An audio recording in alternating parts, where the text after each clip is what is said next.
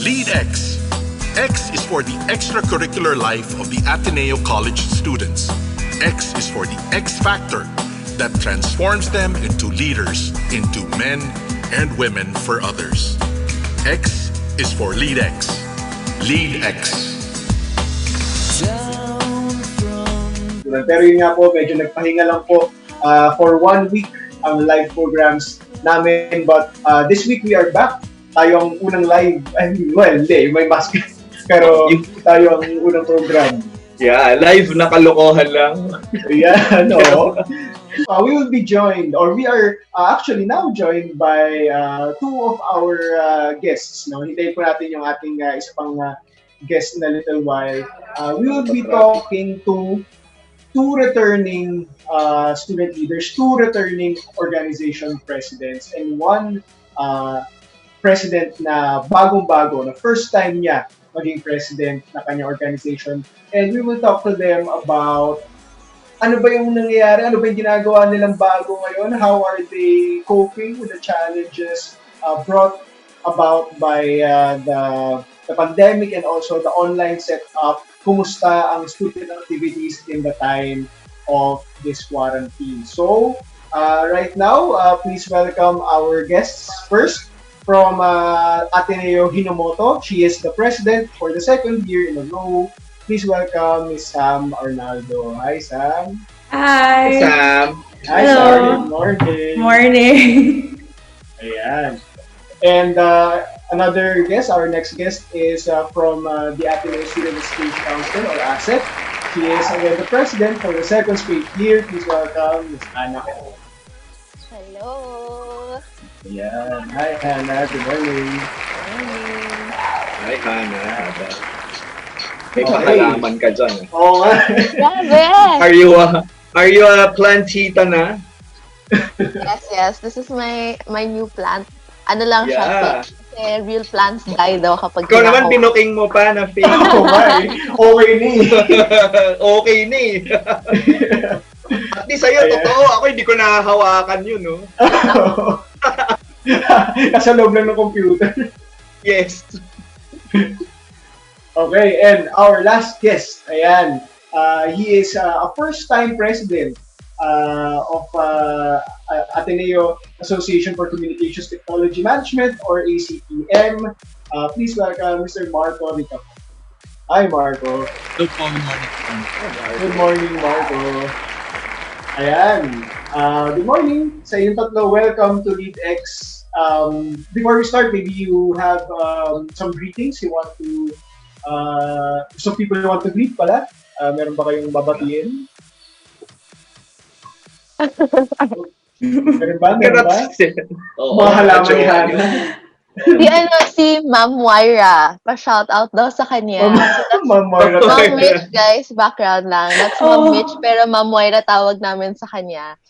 Ayan. Shoutout kay Ma'am Moira. Yan si Ma'am Moira, aka Ma'am Oo. Mitch. Na may junior na, napalabas. Oo nga. Napalabas talaga. Mapalabas na. Kinabit. Oh. Kailan ba yun? Yan. Ayan. Hindi lang kung kailan. Ayan. It's a boy, it's a Marco? girl. Shoutout na lang po dun sa classmates ko sa intercession. Oh, wow. Hello. Uy, oo nga. Pag-usapan natin mamaya yung intercession. Sige po. Ayan. Sam. Sam. Maybe shout out to my friends and to whoever's watching this right now. 9 a.m. in the morning. Yeah, oo. Ayan. Uy, may mga nanonood sa atin. Oo. I know, I'm so happy. Para hindi ka May gawa tayo. Sir Nick. Hoy, may Di ako reply sanay. tayo. Di ako sanay. Oo. Kung mga 4 lang yung nakikinig sa at nanonood sa atin ng live, hindi ano yan. Kumbaga, may replay tayo. Tsaka, yung sa radyo, hindi natin nalalaman. Ay, oo. Gumagana pa naman yun sa radyo, di ba? Oo. Di ba naman cancel yung franchise, no? Wala. Okay, sige. Nabanggit ko kanina that Sam and Hannah are both returning presidents of your organizations, and Marco, of course, is sa first time org president. At baka naman last time na rin kasi fourth year ka na rin. At sana last time, di ba? Oo, no, nang ano. Oh, gusto namin malaman kung ano muna, kung kumusta kayo. Kumusta kayo ngayong pandemic, no? Since March. Lagi namin binabanggit to sa mga guests namin na dapat, di ba, doon sa memo ni Father Jet, oh nga pala, Sir Ino, yun pa pala, no? Si Father Jet is officially, former not president. anymore. Former President, Father Jet Villarin. Of course, we are welcoming Father Bobby Yap as our new university president. Yun nga, no? Nung in-announce ni Father Jet nung March na, hanggang March 18 lang dapat walang pasok. But now, it's August 10. Kumusta naman kayo? Anong pinagkakaabalahan nyo ngayong nasa bahay lang kayo? Yes. Are you all in NCR?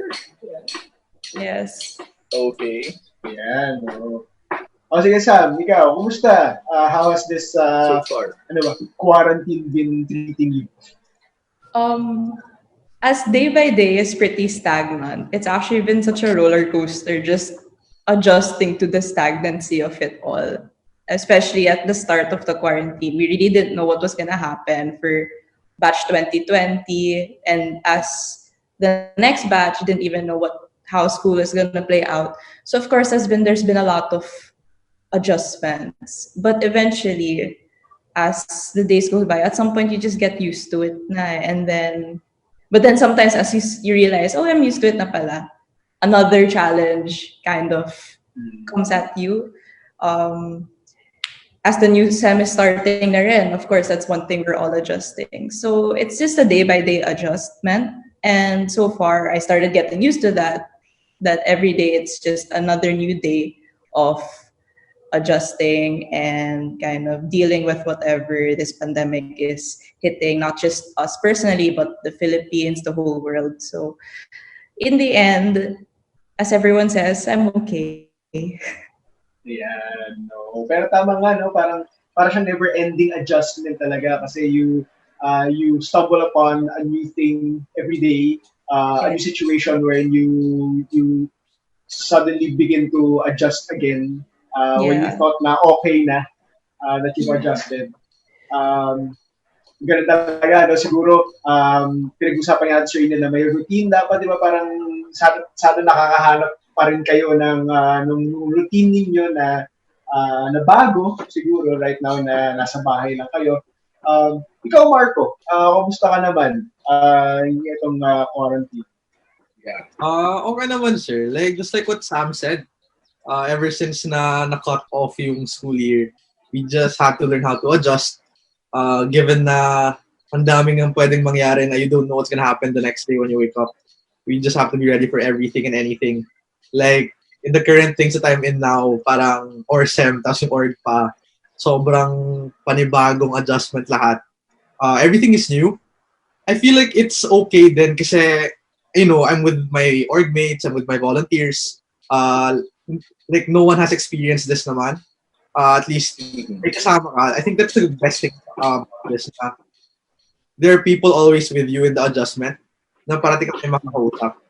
So that's like the way I've been coping or adjusting. Na I know na I'm struggling with someone tapos we're figuring things out along the way. No.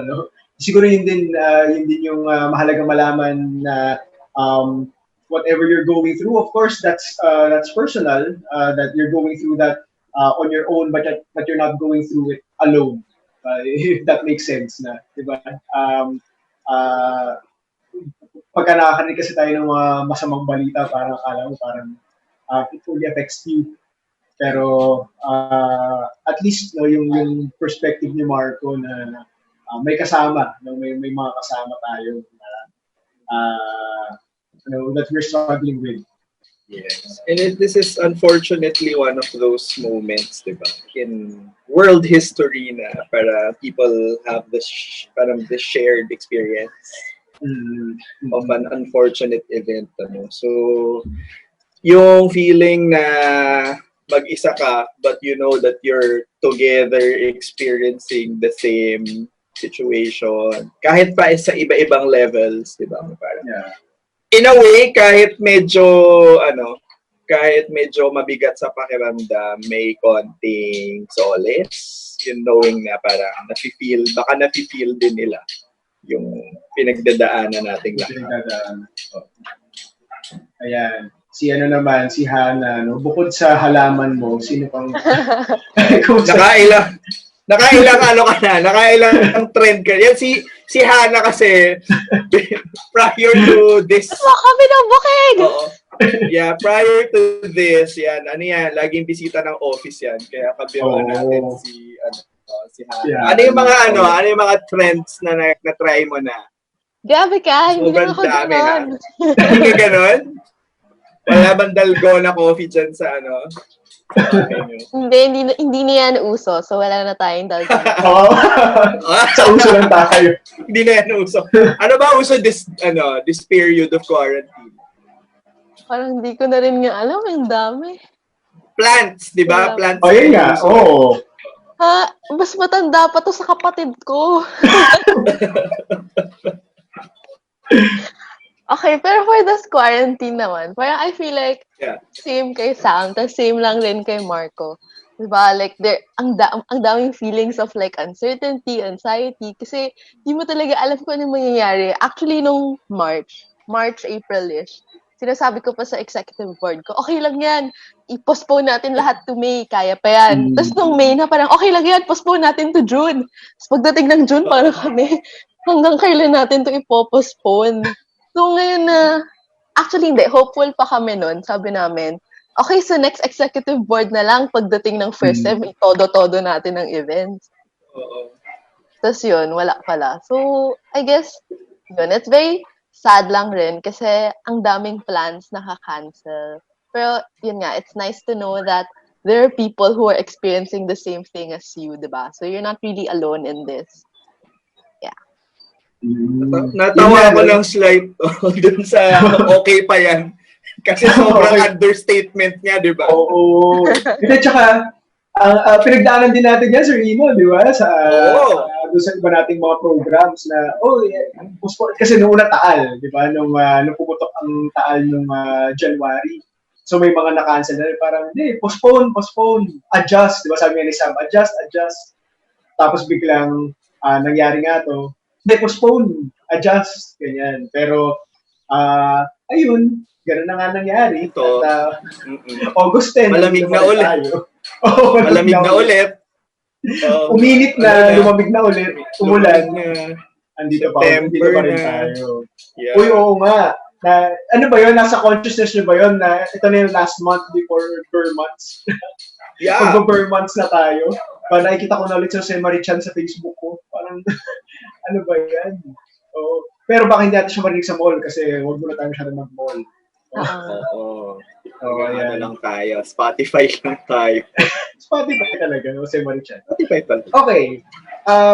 Sige, for Sam and Hana, nabanggit nga natin na returning student leaders, returning org presidents. You've experienced being org president last school year na na-cut short yung second semester, your terms were cut short, but then elections came during quarantine at kayo ba rin ang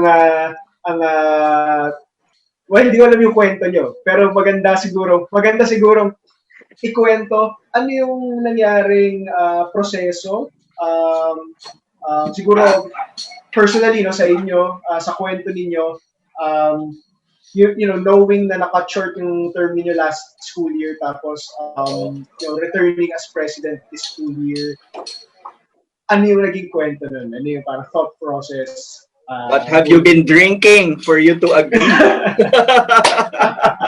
Ngayong quarantine. Oo.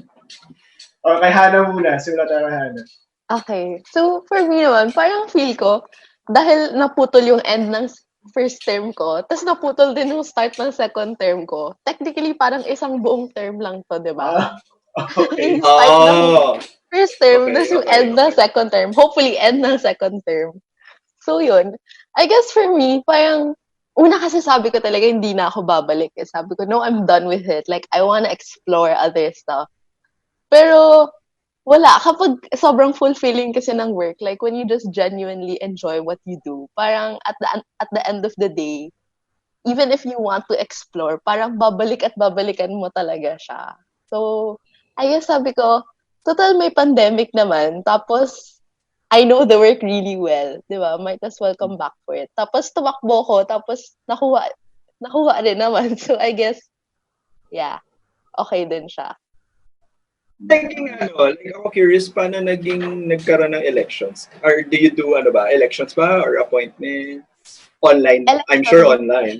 Online siya, yeah. So, ang election process kasi ng ASEC is usually, di ba you run, tapos may panels ka and everything. And then, there's like a committee that's in charge of electing the people into the position. So, the committee is usually comprised of seniors, ganon, or basta anyone who's leaving Ateneo. And, yun, parang, it was hard for us this year kasi syempre, online na siya, parang everyone's adjusting. Like, pag makikita mo yung COA chat namin from last year, like, everyone's just like giving each other tips on how they were doing their elections or which platform to use. So, parang a lot of adjustments talaga for the student leaders of like 2019 to 2020. And at the same time, now then, I feel like for the student leaders of 2020 to 2021, kasi syempre parang tinatapon ka pa lang into the position, di ba? Ang dami mo talagang adjustments at the start of the year. Tapos, pandemic pa, parang, hala, pinagsasabay mo na lahat. So, I feel like, maybe for sa amin medyo na-try na kasi namin ng isang taon. So, we have that. Alam na namin kung ano yung gusto namin gawin, ano gusto namin ibago. Pero syempre, with the pandemic, it all feels really new pa rin. So, yeah. Ayan. Sam, ganun din ba ang kwento mo naman? Coming into your second term as president for Hinomoto? Made you decide to run again? Actually, funny. Kasi parang sobrang, I just thought of it now, nakilig lang ako kasi last year, I was on LeadX talking about Hinomoto being accredited. And then a year after, I'm here in a totally different context. So parang, okay, it's so much can change in a year. Entering presidency, it was what I really wanted it, and I really was hoping for it. I really had plans for the semester and for the year in general. Second semester was very important for us because of our flagship project, Natsu Matsuri. So we really were hoping. But that was a new year for all of us, especially our executive board as well. We were pretty new with a lot of learning the adjustments, learning the ropes na naman of accreditation and such like that. And to have our biggest project postponed but rather canceled for the year, I think the hardest part as president is seeing your members express their sentiments towards one of their favorite events for the year and kind of reaching out to them and reaching to your executive board and kind of giving them that sort of glimmer of hope of what could happen next year. I think that's one of the reasons why I went back to the presidency again. One, of course, everyone knew I was gonna have a fifth year. So of course the executive board was just like, Sam, there you still have an extra year. And I said, sure. I mean, I want to try other orgs too, but seeing them kind of push me again, that kind of motivated me to run again, as well as I actually did the Crossroads retreat, which was one of the key motivators then of running, because I really sat down with myself in silence and thought about my presidency. And I ran again because parang I still felt like, I think what Hannah said, parang I felt like there was still something you wanted to push for pa rin. There's still something you wanted to envision for the next year. Especially as a returning president, parang I always think that first year, that's a lot of learning the ropes, adjusting, figuring out what's best for the org. And then we're just lucky enough na my extra year to kind of, set another like series of goals. Yeah. Pero it became a huge another challenge that naging online, which motivated me again as well to kind of figure out, and with the EP now, what to do next. So that's been what's been pushing me to continue with Hinamoto. And honestly, I'm really content right now. Ano yun, malaking factor talaga, malakas na factor talaga when you see your members, your executive board co-officers para show their support and show that they believe in you. Yung kasi yun yung pinag-usapan namin ni Sir Ino off the air kanina na parang si Sam tsaka si Hana kasi alam naman nilang pandemic, alam nilang bago environment, new environment for everyone. Kahit naman nasanay na tayong mag-online ganyan meeting or online projects, activities, online events. Bago ito kasi full online. Wala talagang kita-kita in person. But yun pa rin, you're still here. You still decided to be here. At it took a lot of courage din talaga from you. But I think it also took a lot of encouragement from your members and your co-officers. Siguro si punta naman natin ngayon itong bagong president. Bagong-bago. Yan. Bagong-bago. Ito, may kwento to may kwento si Marco kung paano siya. Well, may kwentong ACTM, di ba? Nung elections ninyo. Yan, kausap ko pa si Jody nung time na yun. Sige Marco, baka pwedeng makwento mo sa amin, parang short background na ano yung nangyari during your elections and eventually into your election as ACTM's president. So what happened was, hindi po ako tumakbo no regular election season. So yung first round wherein kung saan halos lahat tumatakbo. Like na-elect na yung EVP, yung ibang departments. Tapos may dalawang posisyon na bukas. That was project management, Cormar, and president. So at that point kasi, parang pinag-isipan ko, tatakbo ba ako? The question was kasi, which org? Kasi tatlo yung org ko noon. Medyo marami akong pinagpipilian na parang, baka pwede kong itry naman to. Kasi iba. So, I feel like without the quarantine, hindi ko maiisipang tumakbo for president. That's when, nung nag-quarantine kasi, parang nakapag-isip na ako na parang, dahan-dahan muna. Like, Sam, parang I got to sit with myself. And I asked myself these questions na parang, anong gusto mong gawin? At para kanino?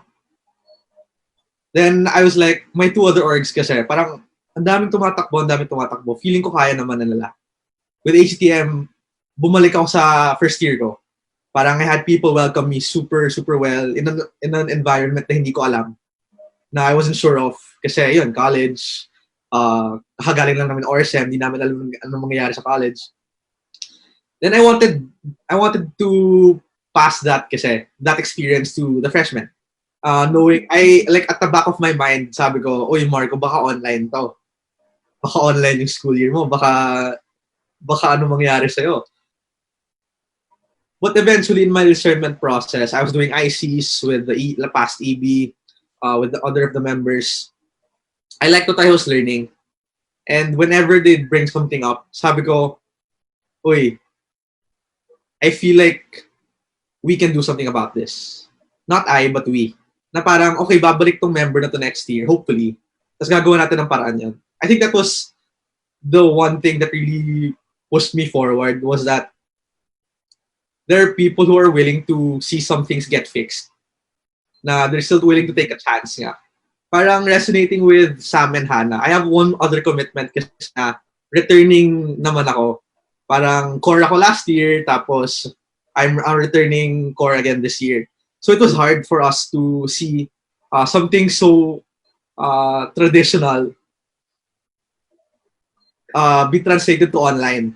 Parang what really made me commit to that again was the other 3 people I was with. Yung kasama ko sa TNT Core, yung kasama ko from last year na naka-carry over namin this year. Same with them na there are people na who really want to see the change kasi alam namin kailangan. And we want to put our best foot forward for them also. Kasi at the end of the day, ang gusto namin, may isang tao na babalik nila yung experience nila during this time na they'll say, this is my reason for doing what I want to do. So eventually, sabi ko, ayun, I was writing my letter of intent na tapos sabi ko, isasubmit ko ba to? Isasubmit ko ba to? Sabi ko, sige, I talked to my parents, talked to my mom. Sabi niya, if it's something you really want, and try mo mag-flip a coin. If you don't like the idea of getting yung other side, I feel like that's a good indicator. I flipped the coin, nakuha ko yung no, yung don't run. Sabi ko, I felt wrong. I was like, to add to that pa yun sila, Jody, Ishagab, seeing the current EB, the EB who just got elected, sabi ko, there's so much promise in these people. And I want to be part of that then. Na, ayun, we don't know what's gonna happen, but at least, magkakasama kami. And I think that has been super well for both yun sa ORSEM and sa EB ko sa HTM na we've always been figuring things out along the way. And, ayun, hindi kami yung naglalamangan kasi we're all at the same pace eh. And it's very humbling then na I get to learn from people younger than me, from people na wala sa EB. It's great. And seeing like yun, our members, my volunteers, try to do their best, nakaka-fuel din ng energy eh. Parang, if they can do it, why can't I, diba? It's just a matter of managing our energies kasi yung iba sa amin maraming ginagawa. Intercession pa, plus our external problems within our own homes. It's a good refresher then na seeing so much people really hopeful for the year to come. Yeah. So yeah, I went into special elections. Then thankfully nanalo naman. Tapos ayun, nandito na. Mag-first term na, president pa rin. Yeah. Yeah, no. At yun, gano'n naman talaga, di ba? Parang pipili ka lang naman talaga parang who you want to struggle with. Eh. Sino yung gusto mo kasamang mahirapan, quote-unquote. Kasi hindi pa natin sinasabing madali. Diba? Pero mahirap naman talaga. Pero talagang ano lang eh. Talagang ang pipili mo na talaga yung tao. Yung mga tao. Yeah. Kasama may control ka eh, di ba? Oo. Oh, and pero at least no yung motivation mo for running ay parang ano rin somehow connected din with you being in the TNT core, di ba? Parang welcoming first year Ateneo students and at least parang somehow related pa rin naman. And you still get to ano naman, di ba? I mean, nasa TNT core ka pa rin naman, di ba? Yes, sir. Excited na ba kayo para sa ORS? Sure, kasi it's different eh. So, ilalaban talaga namin whatever happens for the friends. Yeah. Hopefully, you can guest again for that kasi we've been meaning to invite the TNTs din before ORSM. Yan. Okay. O sige, balik tayo kay Hannah and Sam. You talked about change, di ba? Plans din ninyo for this year, na siguro, or at least for the first semester, given na full online setup tayo. May ano ba? May adjustments? Ano ba yung mga main adjustments na ginagawa ninyo or pinaplano ninyo to adapt to this online setup? May mga changes pa with activities, flagship projects. Ano ba yung mga? Tapos ipa-follow up ko na rin yun, Sir Neil. So, ano adjustment? At the same time, kamusta yung reaction from the members and the officers? Are they, ano ba yung assessment nyo? Mas may gana ba sila? Kasi lalo si Hannah at si Sam, parang you're in this position for more than a year na. kamusta yung energy and yung how people are doing? Are they more motivated? Are they more energized? Are they more preoccupied? Yeah, in all these things, with all these things happening around them.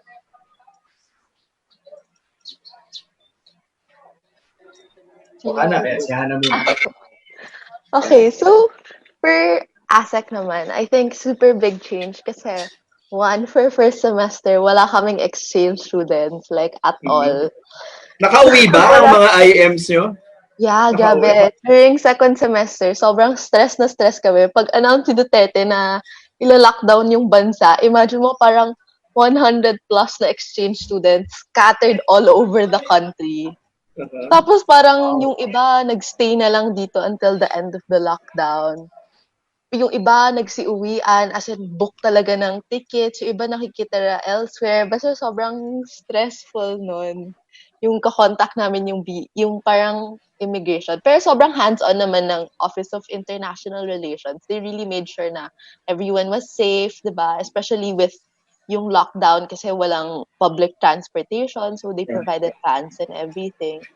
So yun. So for first semester, it's a really big adjustment for us kasi one, we don't have the exchange students nga, we don't have our foreign visitors. And at the same time, yung outbound din namin, wala din JTA, wala din STA, wala din study abroad. So parang there was... Nakauwi ba sila lahat, Hana? Were they You able know, to come home? Yung mga JTAs? yeah, actually, minomonitor namin yon kung sino pa yung nandun, tas sino pa yung Okay. May So naiwan. parang mostly, kasi they can choose like they can choose to stay, tapos parang babalik sila dito, like sila na bahala. Or they can also come home nung nag-announce pa lang yung lockdown, tapos Ateneo will provide, what do you call that? Parang si Ateneo magpa-provide ng lesson to make up for yung credits na na-miss nila doon. So Kasi talagang... sila, sa viewers natin, sorry Hana. So si Hana kasi takes care of yun nga, ASEC, and they take care of the exchange students. So and then they also help the Office of International Relations. Diba? Yeah. So yun, we're the official student arm of the Office of International Relations. Yeah. And we really cater to yung both inbound and outbound ng university. So for inbound, yun nga, that's exchange students. And then for outbound, that's yung mga JTA, STA.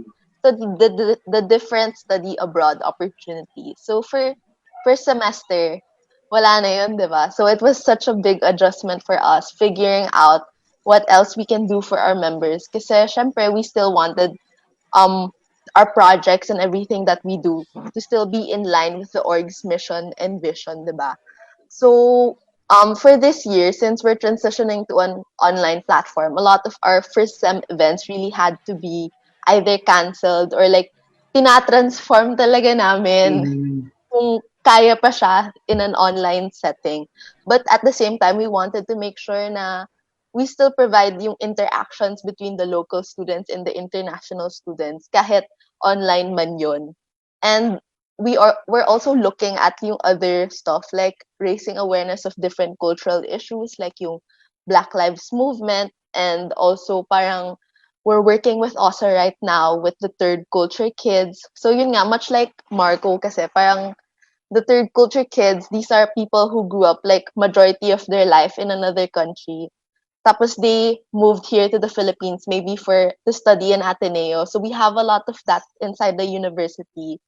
And parang what Marco said kanina na for a freshman kasi when you're entering college talaga, it's really a challenge kasi you don't know, parang hindi mo alam kung ano yung ihaharap mo eh. But then like for these TCK, parang much more for them kasi it's a different country, it's a new culture. Tapos at the same time, I feel like they don't have the same parang friends, yung support system that most of us have here. So we really want to make sure to accommodate them for this school year. But for second sem naman, we're really hoping na we get to have a physical sem. That way, kaya natin i-push lahat ng events from last year. And right now, we're looking at about double the amount of exchange students that we usually have. So parang sobrang looking forward to that talaga. And I'm really grateful then for my executive board kasi honestly, they're so inspiring. Like, lalo na yung mga bumabalik, yung from my last EB and yung mga bago now.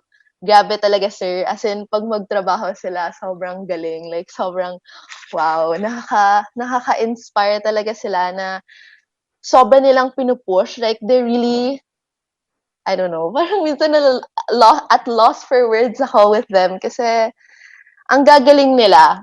And it's very humbling then for me to work with them, diba? Because I learn a lot then from what they're doing, and at the same time, we're all going through this together. So yeah, I'm so thankful for them. At nasa ano pala, no, parang ang dating din pala nung time na tumatanggap pa rin or nagpapauwi pa rin ng JTA students from whichever country, no, parang dating naging ano, parang frontliner din yung ASEC kasi sila yung ano, sila yung kayo yung nag-assist nga sa OIR with coordinating with the different universities, yun nga yung sa mga immigration, ganyan. At yun din, no, katulad din siguro nung binanggit din ni Sam at ni Marco na yung tulong talaga with of the entire executive board, yung pagtutulungan. And it's good that you mentioned, Hannah, na yung mga returning and yung mga bagong members ng EB, no, na patuloy pa rin, no, tuloy-tuloy lang ang pagtatrabaho for the university, for the students, for the organization, kahit na nasa pandemic. Marami talagang changes na kailangan gawin. Mahirap talaga. Lalo sa mga flagship, katulad ng Natsumatsuri. Ayan, nabanggit ni Sam na nawala nung second semester. Kaya naman, Sam, sa Hinomoto, ano ang major changes, adjustments na ginawa niyo? I think a major adjustment, I think this also applies heavily with Hannah kasi we're both from IRC, the cluster or intercultural relations. It's all about relations and interactions with exchange students. For us naman, it's just Japanese exchange students. Although we're not as hands-on compared to ASEC, but we also still take care of the Japanese exchange students, kind of touring them around Katipunan, hanging out with them. So of course, that's one big chunk of what we do in Hinamoto because that's a experience that a lot of our members look forward to. Not only that, a lot of our events are on-site, heavily based on interacting with each other, making projects such as Natsumatsuri, of course, that's like 100 members working together, accommodating like 500 guests in one night. Like, I can't even imagine that anymore in this given context. Like, wow, 600 people in one area, that's unimaginable. So of course, that's a huge adjustment for us because we really are trying to think now outside of the box. How are we going to kind of adapt our events in an online setting? Also, it was a struggle for us because I guess it hurt a lot of us talaga when second sem was cut off because we had so many plans. And I guess a worry for us was, a worry for me personally was the new EB, of course, seeing that it's online. It at some point, it could, at first, it demotivate, parang, or culture online, like that's impossible. How is that gonna work? But eventually, all of us had like this silent understanding na parang it can work. We just have to work together and have to find a way. So we have a new. I was like, wow. A lot of returning members came. A lot of returning EB members came back, and there were even new applicants. A lot of central board members. So it was such a thrill for me and for all of us na parang, oh, it's the same. It's more or less the same people with new people, and we were like, okay, let's start this new year on a light note, hopefully. So we all agreed, and it was a promise to everyone that we all wanted to take it slow for this year, for this semester especially, because all of us expressed that the online setting is such an adjustment and we're not really sure how to tackle it. So we all said, let's focus on rather, because we were so used to kind of having these on campus events, and now that it's almost, it's hard to do that now, we were like, okay, how about we focus on our internal structures, our member engagement. Let's just let's make this year the time where we can all just focus on what Hinamoto can work on as an org itself and how it can work in the long run. So I think having that mission in plan for this semester really helped all of us kind of get the idea of what we can do for this semester. And it's also really motivating. I'm really so thankful for my current EB as well because they still have plans. They still have ideas. They're like, we can do this for our events, for culture events. This is what we want to do for our Japanese language tutorials. We can still make it online.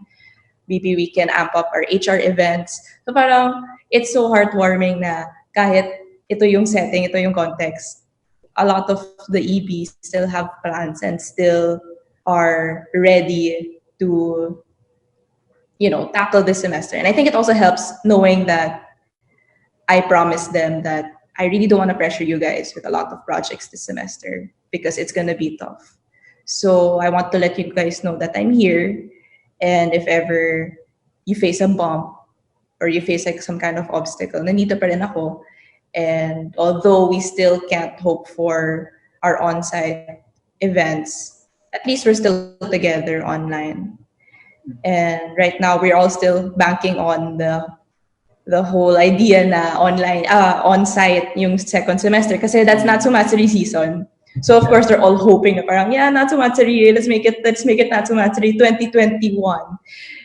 Pero we really can't hope. We are only like banking on that hope. And I think that also kind of motivates everyone another na parang, let's just really try our best at this moment. Take it slow, but let's still make it feel like Hinamoto's still a home kahit online lang. At yun nga, no? Parang ganun pa rin na yung katulad nga sabi mo sa amin, yung adjust talaga, di ba? Yeah. No matter how, siguro no matter how difficult or no matter how seemingly impossible the adjustments can be, sa ganitong setup talaga, kailangan din talagang mag-adjust. And yun, katulad yung sinasabi ni Sir Lino kanina, alam namin yan, even sa OSA, that we have been adjusting along the way. Yeah. Alam ni Sir Lino yan dahil si Sir Lino yung in charge talaga sa Shout out to OSA. Yung OSA online portal. Ayan. Oh. Tsaka also like orgs, karamihan kasi ng events din natin second sem yung talagang event heavy. So in a way para masakit siya na hindi natuloy, pero tama si Sam, let's make the most out of it.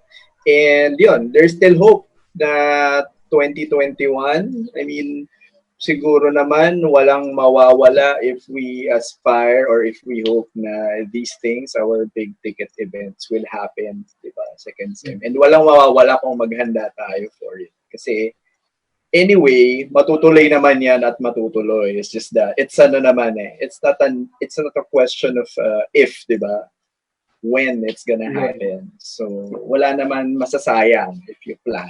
Kasi anyway, it's gonna happen. It's gonna happen soon. Ayan. Oh, siguro kay Marco naman, naman yung siguro maybe you can briefly share lang yung difficulties of di ba kasi bago parehong first time as president and first time na online semester yung haharapin mo o yung hinaharap niyo na right now. Ano naman yung naging difficulties for you personally and siguro for your executive board coming into this online semester? Siguro, sir, pinaka top of mind problem namin nung simula was how are we gonna do meetings? Parang kasi 'di ba usually EBs they meet they meet mga every week o kaya every 2 weeks. So parang talagang uupo lang ba kami sa harap ng laptop namin for 2 hours in a day para lang makapag-usap. So that was the one thing that we had to get over agad. Well, for me, sir, parang I felt like Okay lang naman kasi wala akong experience. I am coming into this na parang nothing's holding me back. Yung mindset ko was, okay, I have nothing to base my experience, this experience on anything in the past. So, wala sa akin yung parang, ay, mamamiss ko to. Mamamiss ko gawin to. Kasi yun nga, first time ko nga din po. So, yung pinaka-challenge was realizing the projects and other processes online. How do we translate our culture online? How do we try to engage our members online? Tapos, how do we do yung PPFs online? Parang, like, papadala ba namin sa Grab sa OSA? We don't know. Wow. We don't know. Walang tao doon. So, ang nangyari was, getting used to sitting in front of your laptop was the hardest thing. For me, at least. But for us kasi, eventually, our meetings became our break times na. Kahit mahaba agenda namin, yung meetings namin as an EB, they're really fun. And they are still fun. Medyo apektado lang recently kasi pa-finals week na ng intersession, but we enjoy each other's company. And we're really hopeful kasi what we want to instill in our members this year is talagang pwede ka magkamali. As in, try until you succeed. Kasi yun nga, we're not basing this experience with our past experiences. So the best teacher na talaga is experiencing failures, missteps. Kasi we know naman na pag magkamali ka, the next time, you know now what not to do.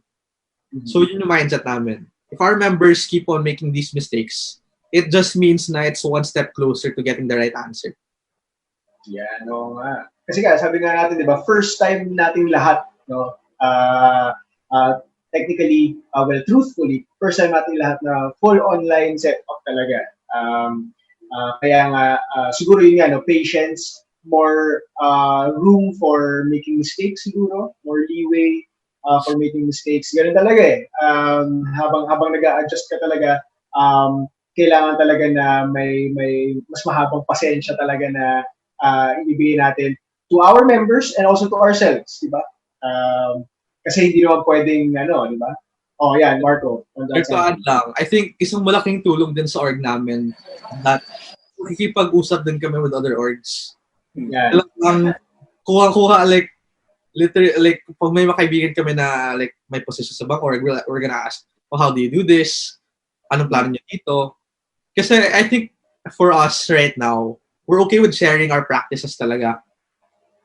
Kasi if something works for us, it might work for someone else also. Or kaya kung may nakita kaming idea from other people, we can parang recalibrate it. Tapos, kung anong gagana sa amin. Like, for us, kasi feedback is always one thing we work on. Parang every meeting, we always give feedback on each other, on how the meeting went. And it's become a practice na parang it trickled down to all our other processes na parang, parang we're okay with asking other people what they think about what we do. Para we know their context then. Kasi yun nga, every other org has their own system. It's very unique kasi how orgs are designed. Like, yun, ASEC does their elections super different than ours. So that's something na parang you can get something out of it then. So really value experiences for other orgs as well. Na this is really a time for orgs to collaborate with each other. Yeah. Really, parang hope for the best na mabubuhay natin yung org life or culture natin online. Oo. And yun nga, parang siguro sa amin din sa OSA, as much as we want to keep org life alive within parang during this whole pandemic situation, a lot of it really relies on you guys sa orgs talaga. Yung pagpapatuloy ninyo sa paggawa ng activities, yung patuloy na pakikipag-usap with one another to exchange best practices or even just to exchange stories. Pag-usapan lang kung magkumustahan kayo. Yun, katulad nung sinabi ni Sam kanina na hindi naman talaga totally nawala yung relationality, yung interrelationality ng lahat. Although yun nga lang, medyo dito na tayo sa harap ng laptop natin, katabi ng mga halaman. pero Napeke. pero ayun, it's still parang tulungan talaga, tulungan din talaga OSA, the orgs, and you amongst yourselves kung paano natin pananatilihing buhay ang student activities. And now more than ever, no, even if hindi tayo nagkikita, more and more nakikita natin na mas importante yung relationships, the way you deal with people. Ayun. So, parang the system that we have right now, yung virtual everything, gears us up for a more transactional, diba? Transactional situations. Pero more and more, mas nagiging importante, mas nagiging naka-highlight yung interpersonal relationships. Even though the situation calls us to be more transactional, to be more faceless, diba? To be more automated. Pero parang mas important, lalong naka-highlight yung importansya ng creativity, ng importansya ng interpersonal relationships, diba? Ngayon. So, hi! What a time to be alive. What a time. And to stay alive. Ayan. Okay. Quick messages from all three of you. Quick messages siguro to your members, to your organizations, anong sasabihin sa kanila. Go. Siguro let's start with Hannah. Quick message. Grabe, wala pa akong time mag-compose ng thoughts. Pero sige, okay. Quick lang.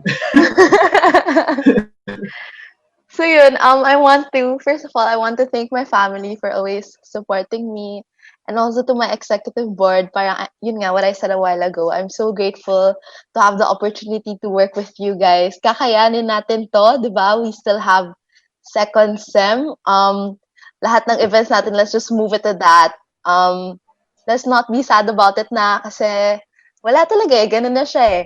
And also to yung members or like freshies, if you guys are watching this, hello, welcome to the Ateneo. We hope you sign up for our orgs kasi I feel like we have a lot to offer, especially like for ASEC din. This year we really want to anchor ourselves as an Ateneo organization. We're still going to be providing opportunities for you guys to interact with the exchange students, and also I feel like for Sam and Marco's orgs then they have a lot to offer. So yun, sign up please. Yeah. And thank you to OSA din. Thank you to OSA for always making sure na we're okay. Nakakamiss na yung OSA room kasi ako yung palaging tambay doon. Isa ng virtual background. Okay, go Marco. Go naman. Siguro shout out na lang to ACTM, Code and CADS, my orgs. So laban lang, kaya natin to, whatever happens. To the ORSEM community, ORSEM's close na, so we'll see what happens. And mostly to my EB, my ACTM EB. Thank you so much for standing by me and with the org. Tuloy lang natin to. And my fellow student leaders, if you need help, kung gusto nyo nakausap, usap-usap tayong lahat, please. We all need each other right now. So, yun. Thank you din for OSA for having us. I feel like they're providing a lot of good platforms for us student leaders to actually share our thoughts and opinions on various things. Thank you, sir. Thank you. Thank you, Marco. And Sam? Well, first and foremost, thank you to Hinamoto, especially for believing in me, for entrusting this org, like with me for the org, and for my executive board, especially for always pushing me to do my best, to also inspire you guys to do your best. So I'm really thankful for you guys. Thankful for the members who have been so loyal to Hinamoto, and even alumni. Until now, you guys have been super believing in all of us. So thank you so much. Thank you to OSA especially for taking care of Hinamoto as a baby pa rin of the OSA life, of the accreditation life. Thank you for helping us along the way, especially then the student leaders. The student leaders also who have been helping us trying to adjust as well in this whole context. I want to just reassure everyone na the pandemic will be over at some point. So right now we just have to do what we can now and believe that it will be over. Yeah. So, it will be over. pandemic is temporary, but orgs are forever, you know? So, let's just keep doing So, it. yan. Gusto ko yun. And of Like, course, sabi ng Asil, tsaka ng Glee Club. May mga nagsisintinyal na dyan. Yeah. yes. And of course, most importantly, stay safe. Everyone, please stay safe. Wash your hands and social distance, and let's all just work together to kind of just overcome this challenge. Ayan. So, pandemics are temporary, but orgs are forever. Forever. Yes. Yun gusto ko. And on that note, thank you for being here with us this morning. We had Sam, Arnaldo, Marco Ricafort, and Hannah po, presidents of the Hinimoto ACPM and ASEC. Maraming salamat for being here with us this morning and for sharing your stories with our audience. So if you want to know more about their orgs, you can check out their Facebook page, especially sa mga freshmen dyan. Ayan. So, Hinomoto, ACPM, and ASEC. Ayan, may announcement daw tayo, Sir Neil. Ayan. Oh. Ako na ba? Ako na ba?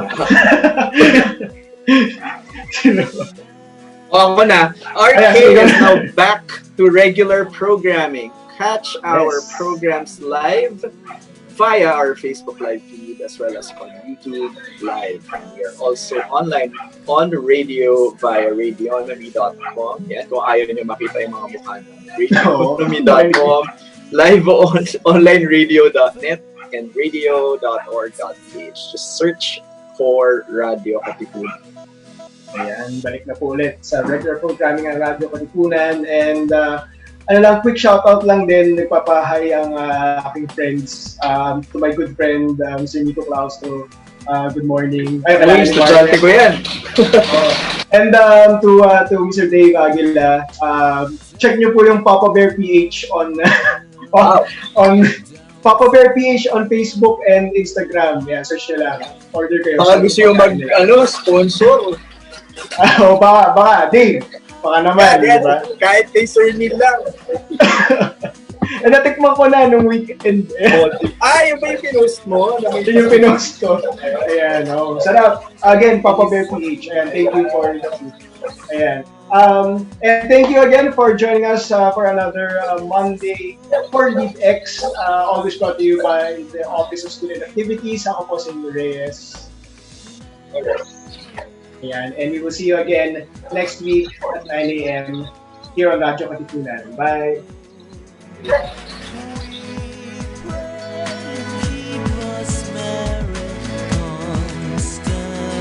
I'm done.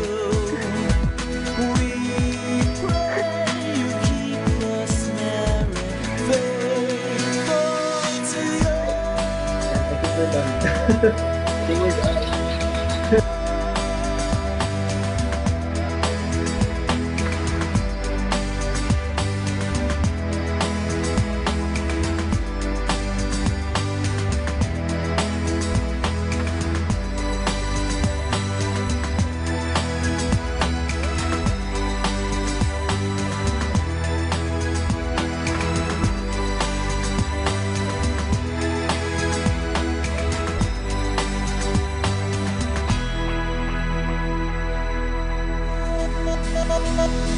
LeadX.